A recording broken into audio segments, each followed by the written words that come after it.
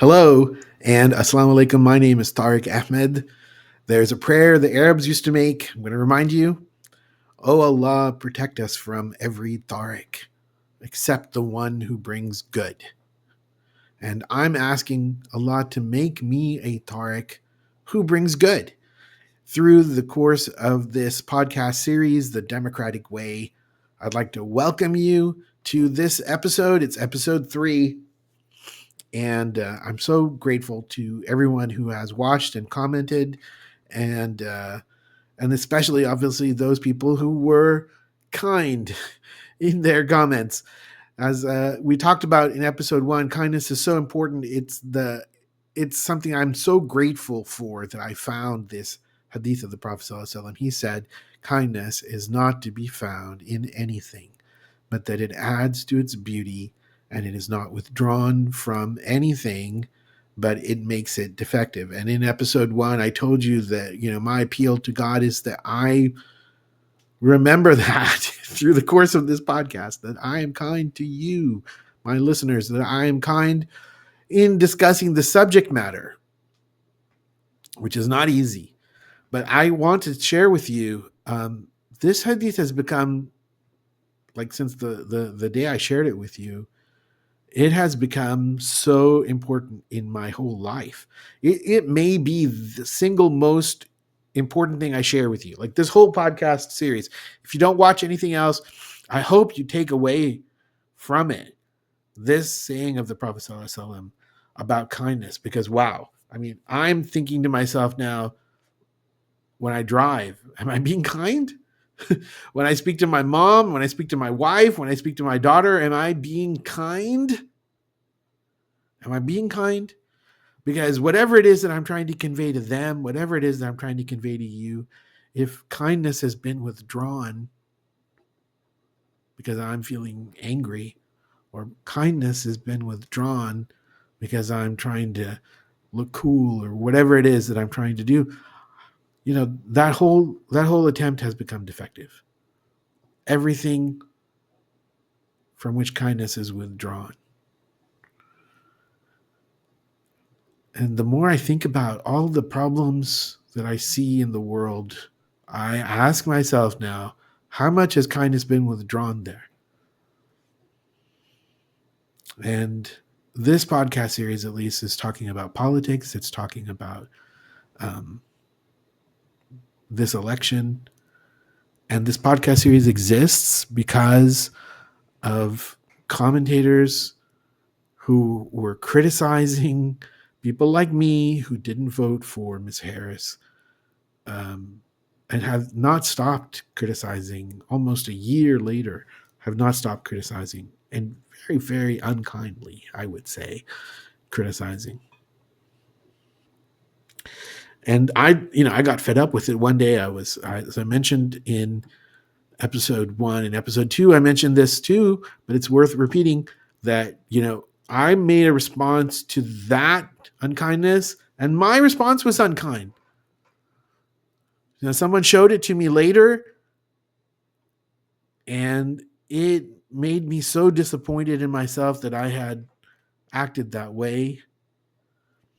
And so again, it's so important. Kindness. Remember these words. I encourage you to live by them as I'm encouraging myself to. And the 2024 election is again something that we're talking about now because, as I said, there was that criticism. And at the end of the last podcast, I asked you to think about whether it was right, whether this is enough for democracy, that the Democratic Party choose its candidate and the Republican Party choose its candidate, and that we just have to live with that. Because that's essentially what those commentators were saying to me and to everybody who else like me didn't vote for Kamala Harris. They're gonna say, just live with this choice. You don't have another choice.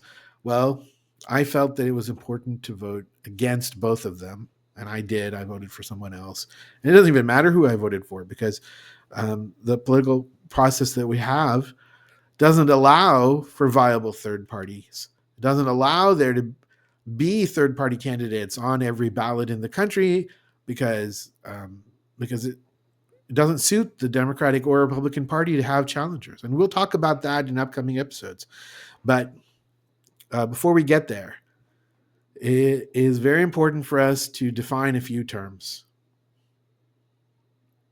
And that's because I'm a lawyer and because words matter to lawyers a lot. And, it should make sense that words matter to lawyers, because if you think about it, every law is composed of words, and lawyers debate what the meaning of those words are. Judges often debate the meaning of those words or the intentions of those lawmakers. When agreements are made, the terms, the words in the agreement may be debated because they all give a different effect depending on how you interpret them. So we're going to start with 4 words that are going to come up over and over again in this podcast. Besides kindness, I hope we all agree on kindness, but 4 more words that come up over and over again. I'm reminding myself to be kind right now. Legal and illegal. Legal and illegal.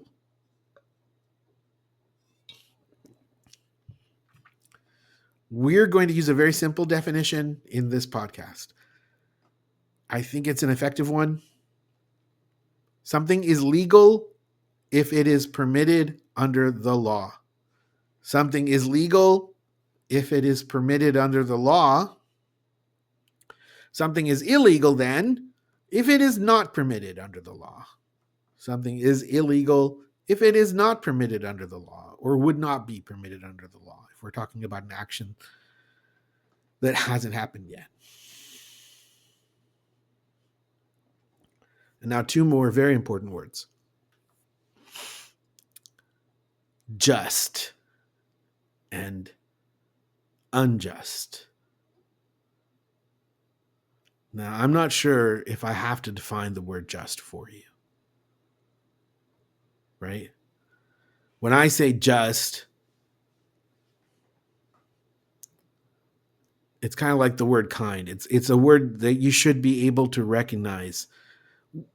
Human beings have an innate sense of justice.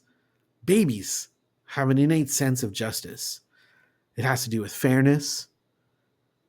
We say this was right, this was wrong. That's all in the field of justice. And that's important because something can be legal but unjust. Because all that means is that there's an outcome that is permitted by the law but is unjust, right? Otherwise, we'd be saying that every legal outcome is just. And all of us can, I think, agree that we've heard of unjust results. Unjust results under the law, which meant that they were legal results, but they were unjust. And in courts, this is one of the most wonderful things about our legal system. I hope whatever complaints you have about the legal system, that you'll agree that this is a good thing. Our courts, where they're permitted, this is sad, they're not always permitted to do this, but where they're permitted to, our courts strive for an equitable result. An equitable result. Now, equity is a similar concept to just and unjust, right? Fairness and unfairness comes into whether something is equitable or inequitable. And most courts, most forums, that's another very important word for lawyers, they are encouraged to find an equitable result, not merely a legal result. Okay? So that's I hope those words and the talking about those words is helpful. So let's apply that to the election that is on the screen right now in 2024. I am not saying that it was illegal that the Democratic Party chose Kamala Harris to be its nominee. I'm not saying that. And I'm not saying that it was illegal for Donald Trump to be President Donald Trump to be the nominee of his party in 2024.